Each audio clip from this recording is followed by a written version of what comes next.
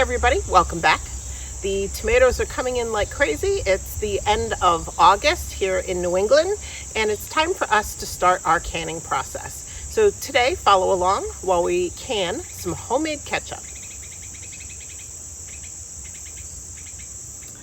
Now, one of the first questions I usually get when I'm making anything like this is what kind of tomatoes that we use.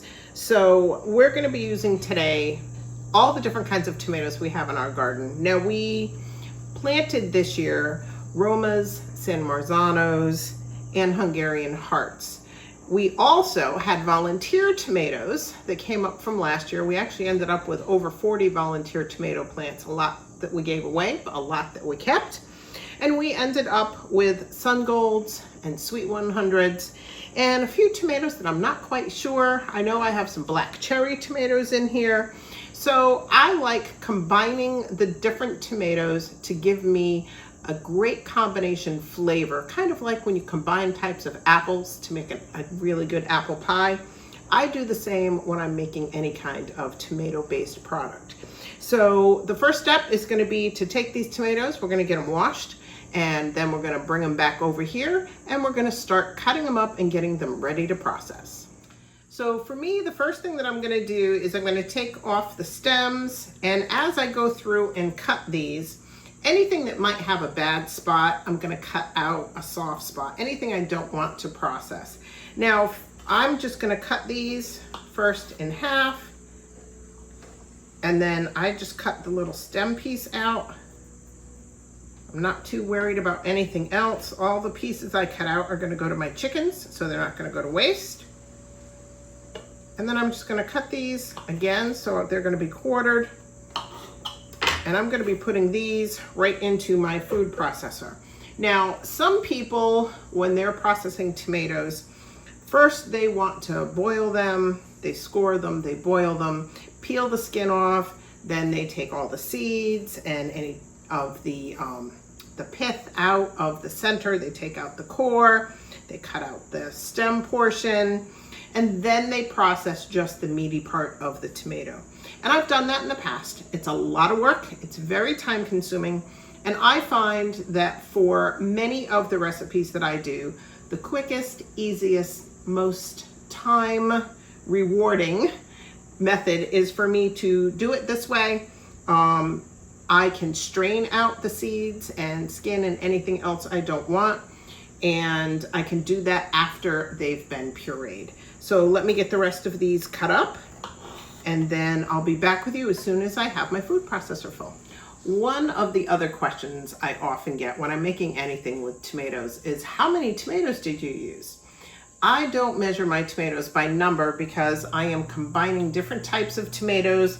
So some tomatoes are going to be bigger, some tomatoes are going to be smaller, and some tomatoes are going to be really large, like if I'm using the Hungarian Hearts, or if you're using Big Boy or Better Boy, or beefsteak tomatoes in any of your tomato processing.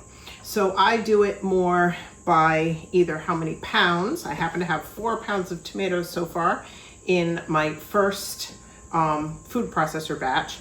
But for ketchup, I do it by how many pints of pureed tomato I end up with, and that is going to help me determine what my other ingredients are going to be.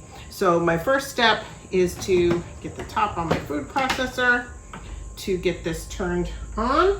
I don't want to kill your ears with this, so I'm going to quickly get these processed up, and then we're going to put them in the strainer and see what we end up with for how many cups of pureed tomatoes. All right, now that the noisy part is over, let's get this dumped into the strainer and let's see what we end up with. So I'm simply just dumping my pureed tomato in. Some of it's going to quickly just go through. I got to be careful not to go over the top of my measuring cup there. And there we go. So now I'm just taking and just gently running around the base of the sieve. I'm not pressing really hard because I don't want to ruin my sieve, but I'm just scraping anything that might be getting stuck. And you can see it's draining through really well. So we're gonna get this drained. I won't make you sit and watch like watching paint dry. So let me get this all drained through the sieve, and when we come back, I'll show you what we have left in the top, and we'll see how many cups we ended up with from that 4 pounds of tomato. Well, that took me about 5 minutes. I finished getting those all pureed and strained, and I ended up with about 8 cups of strained puree, and this is a 2-cup measure. I ended up with less than a cup of the skins and seeds. Now, I'm sure there are things you could do with the skins and seeds if you wanted to try drying them and turning them into a powder, maybe adding some Italian seasoning to it and mixing it in for a Italian tomato, maybe a little bit of basil in there for a bread or bagels or something. That might be awesome. My chickens are gonna love me because all the waste that we have today is gonna be going out to them. So I'm going to set this to the side. I'm gonna get the rest of the tomatoes that we have brought in over the last couple days all processed up, and we'll see how many cups we end up with at the end. So a quick tip I wanted to share, and something that can be kind of fun.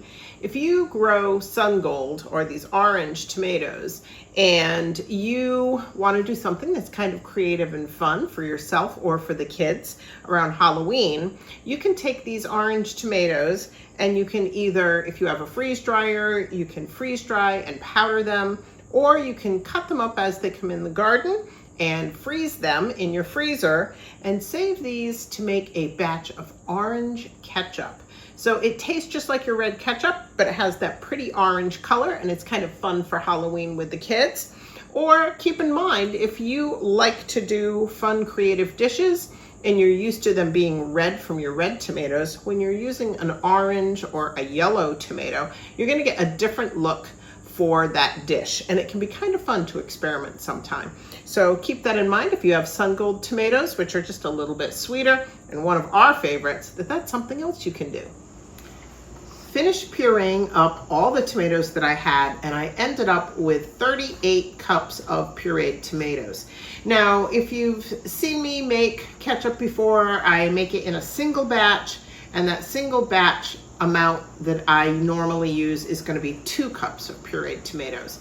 But since I'm doing this in a large batch so that we can get this canned and on the pantry shelf, I'm going to have to take my normal ingredient amounts, which are all listed on our webpage, and I'll make sure that I leave a link to that recipe, are going to be multiplied by 19 today.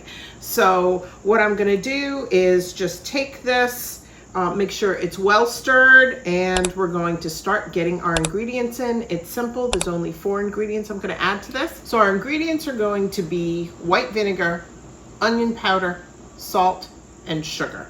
So just those 4 ingredients along with our pureed tomatoes is what's going to make our ketchup.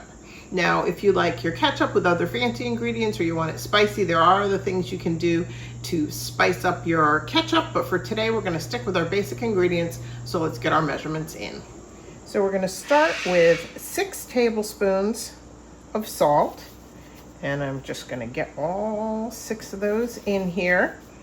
Now, if you have an issue with salt or an issue with sugar, there are other things you can do instead.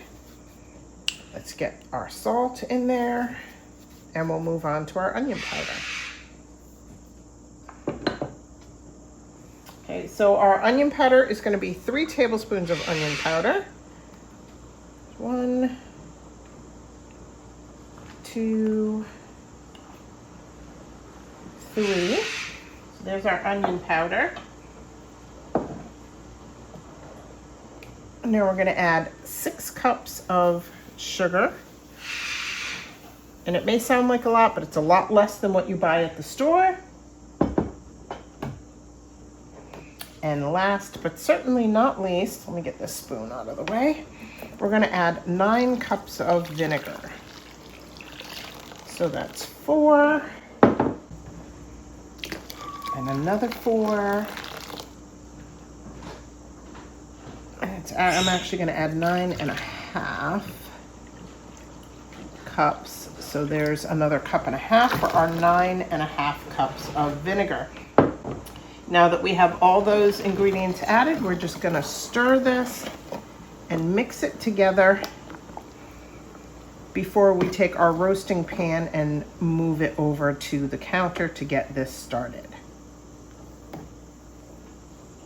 Now today I'm using my 22 quart roaster, which has a liner in it that you can lift up and take out. Let's see if I can do that with everything that's in it. So it makes it easy to clean. You can do this in a big pot on the stove, and depending how many cups of pureed tomato you're using at a time is going to determine the size pot that you need. Now I'm going to have Steve help me pick this up, move it over to our counter. On this, I'm going to turn this up to about 350 degrees. I'm going to periodically stir it, and we're going to simmer this down to the thickness that we want, whatever thickness ketchup. If you like your ketchup a little thicker or a little thinner, it's going to determine how long you're going to cook this down. But that process of cooking this down is going to blend all the ingredients that we used. Now, can you use fresh onions? Yes, you can. If you want to use your tomatoes without putting them through a strainer, and you want to use fresh onions, and there's anything else you want to add, you can do that and then strain your ketchup after it's cooked. That's an option as well. But we decided we were going to do ours this way. We powder our own onions, so I'm not worried about that. So that's where our powdered onions come from. And let's get this moved over. I'll get it cooking and I'll bring you back when it started to cook down a bit.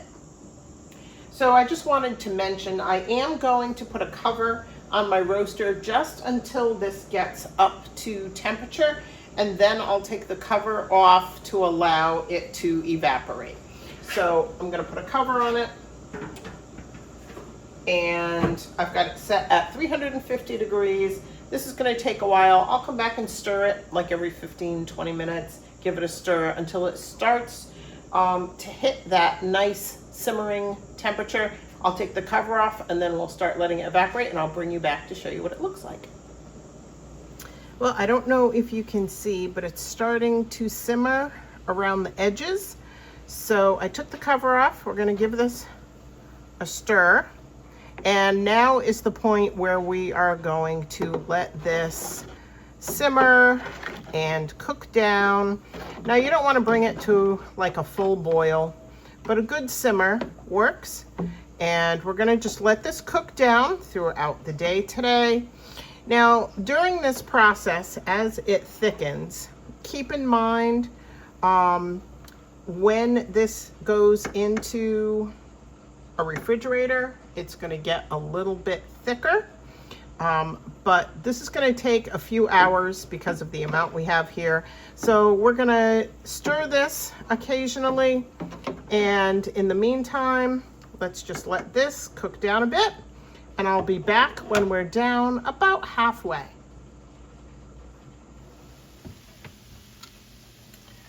Well, we're about at the point that we've been looking for. Now, we cooked this yesterday for about 7 hours before it got late. I let it cool off. I put it in the fridge, started it up again this morning, and it's been about another 6 hours, so we're at about 13 hours with our ketchup getting this cooked down. And we're at the point now where if I run the spoon over the top, I'm leaving these trace marks.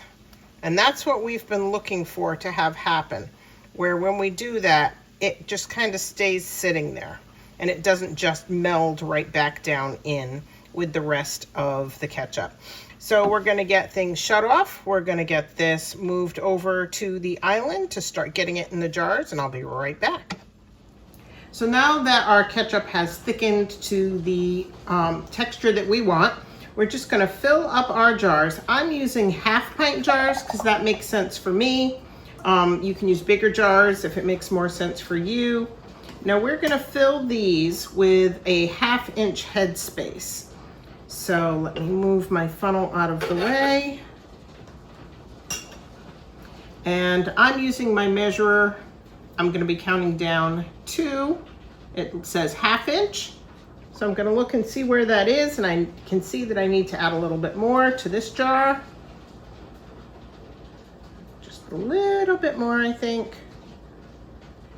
About right there. I'm gonna remeasure, and I'm right at my 1/2 inch point. So that's perfect for letting me know that my jar is filled correctly. Let me get the rest of these jars filled. We'll see how many we have, and we'll get them into the canner. I filled 21 1/2-pint jars with just a little bit left over that'll go into the fridge to use now. So I'm going to take my awesome jar lifter. I'm gonna start getting these into my canner, which already has its water boiling. I'm gonna process these for 15 minutes, and I'll be back as soon as they're done. Well, it's the next morning and we're back, and we ended up with 21 1/2 pints of ketchup. Now, we started out with our 38 cups of puree plus our vinegar and the other ingredients that we used. But once it has condensed down to the right thickness, this is what we have left. Now, if you prefer a ketchup that is more smoky or more spicy, you can always add to this recipe. This is a great base ketchup. And so keep that in mind. If you do like something a little bit different, you like it more spicy or more smoky, leave a comment. Let us know what your favorite flavor is to add to your ketchup. We've got our rings off. We've got them labeled and dated, so these are ready to go onto our pantry shelf. If you know somebody you think might enjoy this video or like our recipe, which will always, of course, be on our webpage, I'll leave a link in the description for that. Make sure you share this. It really helps our channel a lot. Give us a like. And until next time, everybody, take care.